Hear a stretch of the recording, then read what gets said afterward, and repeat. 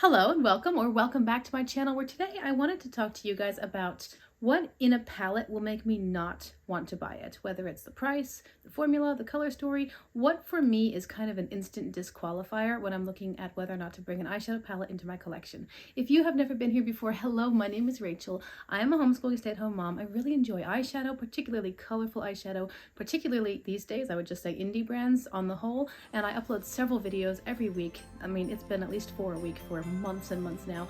I hope you consider liking and subscribing before you go.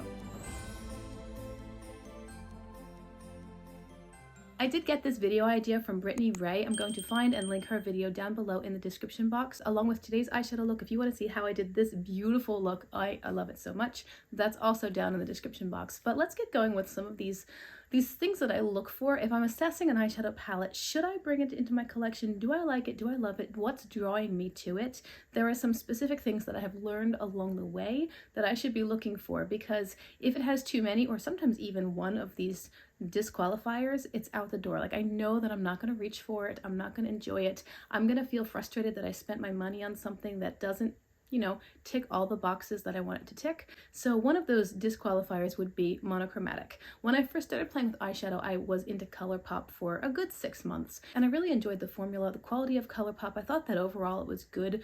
Even for a lower price point, it was still really good formula. At this point, I have decluttered almost all of my ColourPop because all of my indie brands are just better, but ColourPop's still not bad, Anyway, ColourPop has this huge line of monochromatic palettes, and I did buy several of them in the beginning because I was following a couple of creators who used a lot of monochromatic palettes, and I just thought, if she loves it and she gets this kind of look, I'm gonna love it too, and I'm gonna get that kind of look.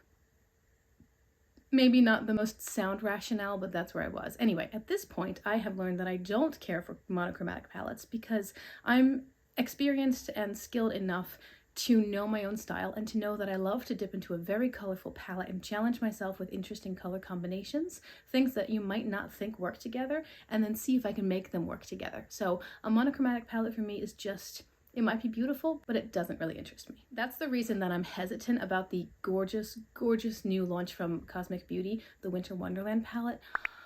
Oh, that palette's stunning. It's stunning.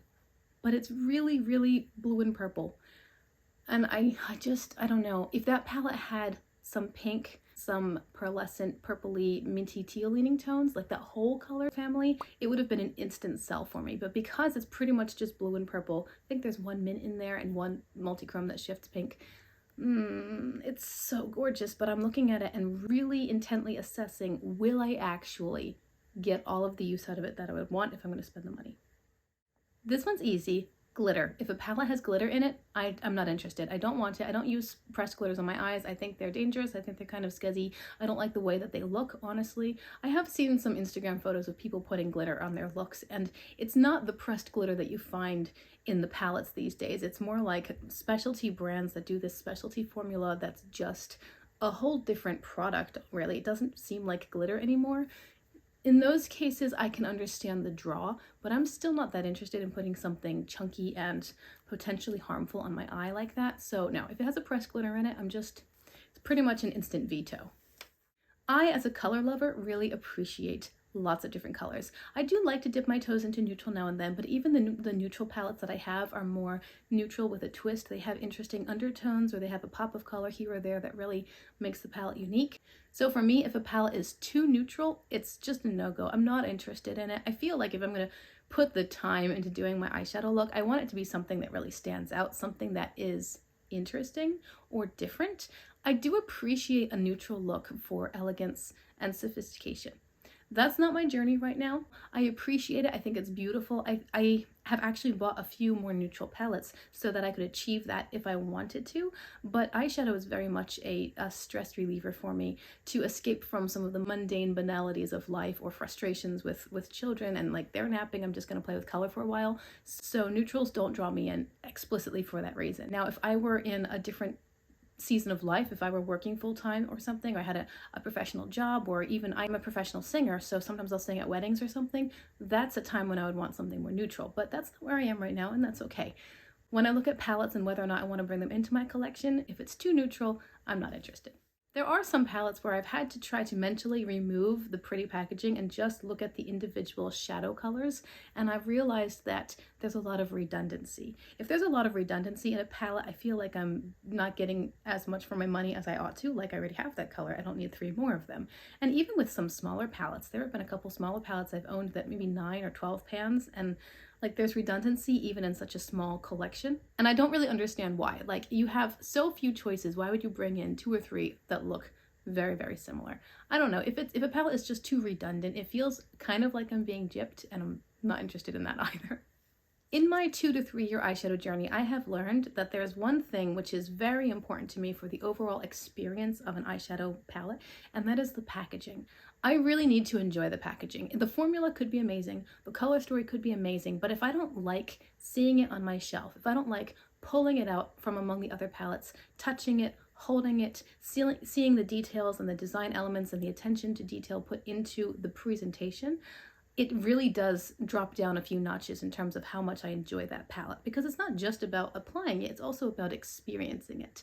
And for me, if the packaging is not there, it's really kind of a downer. I mean, the Sydney Grace XOXO palette, really lovely color story.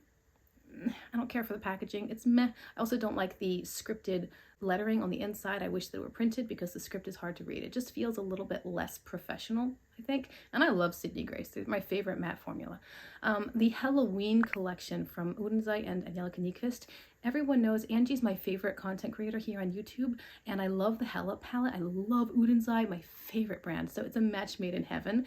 But the Halloween collection packaging, while it's creative and it's interesting, and I think for what it is, it's done really, really well, I also know that it's going to scare my little children, and I'm not really interested in bringing that kind of aesthetic into my home or my life anyway. So for me, I really like the color stories, especially the one with the blue and purple, so pretty, and I love the formula, but the packaging alone kind of killed it for me.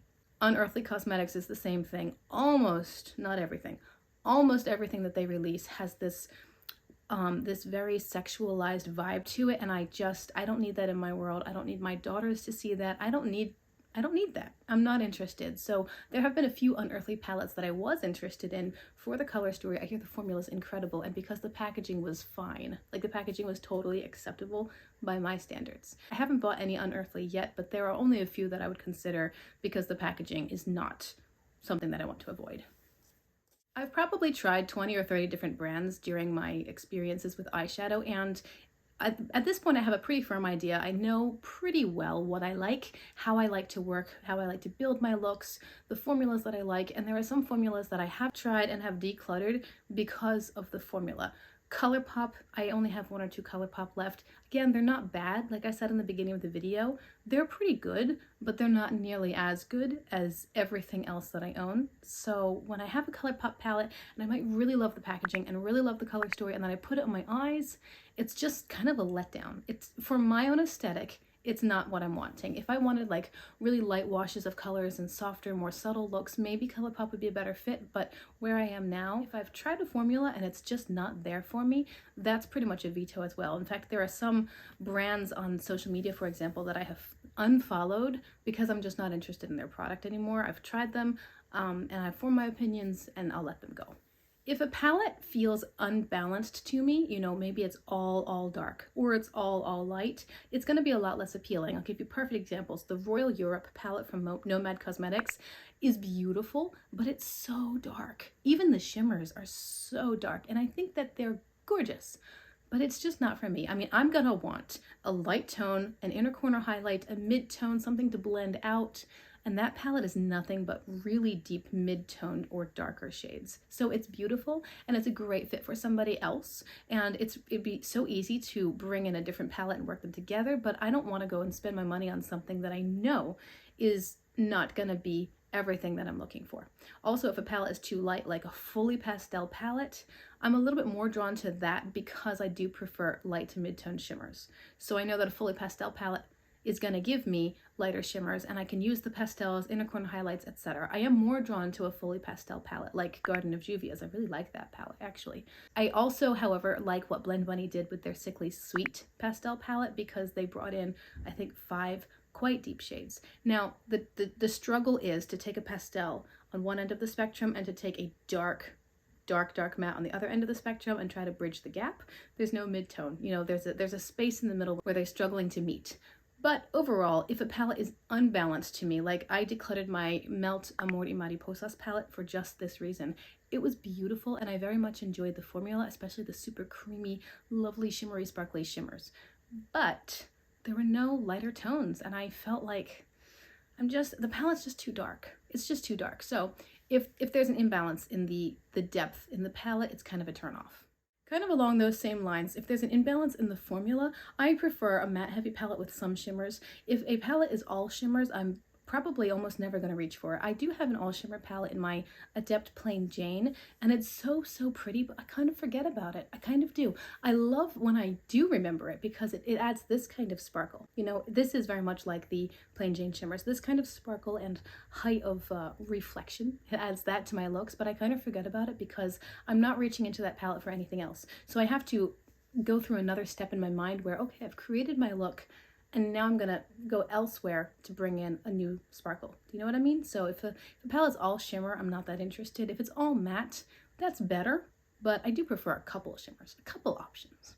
Of course, price point is one of the highest considerations. I am always on a low buy, sometimes on a no buy, and honestly, if a palette is too expensive, it's just not gonna happen for me unless I can find it for a great deal secondhand, and I buy most of what I have secondhand.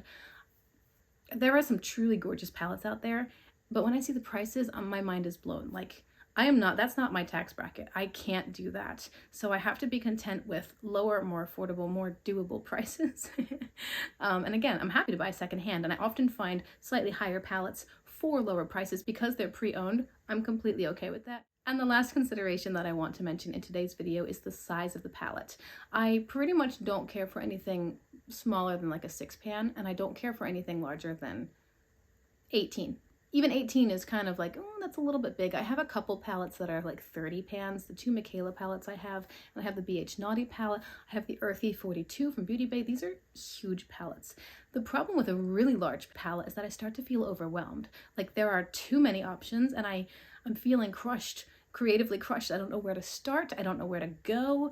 There are just too many choices. I would rather have it pared down into something that's more manageable and curated, a nice representation of the bigger color story, but in a bite-sized piece. Not too much, not like a nibble. You know, I don't want a 3-pan. I would never ever use a 3-pan. Like, what's the point of 3? Maybe for traveling and it's just grab these 3 colors and you've got an eye look, but that's the only eye look you'll ever get. That's not enough options. So I don't want anything that small, but I wouldn't buy a 42 pan. That was given to me by somebody who was thoughtful and kind and had a few extras because the brand gave her like 2 extras. But it's too big for me to invest. And that wraps up today's video. It was short and sweet, and I hope you have enjoyed it. I would love if you put in the comments below, what are some things that turn you off when you're looking to bring a new palette into your collection? Do any of these strike a chord with you? Do they sound familiar? Do you think, oh yeah, absolutely, or no? Does anybody actually consider that? Do these sound outrageous? Am I high maintenance? I know I'm not. I'm not high maintenance. But I have done this long enough to now have a pretty good handle on what I like, and I think that's good because now I'm not just going out and spending my money everywhere. I'm much more careful about what I bring in, and I actually declutter a lot less because what I do bring in suits me better. I hope you have enjoyed this video. Thank you so much for your time. Thank you for clicking on my channel. If you haven't yet, I do hope you'll consider liking and subscribing before you go. I upload lots of videos every week. It's been about 4 videos for ages, and the month of December is quite full. Do remember to check the description box for lots of other things, and I will see you in the next video. Bye.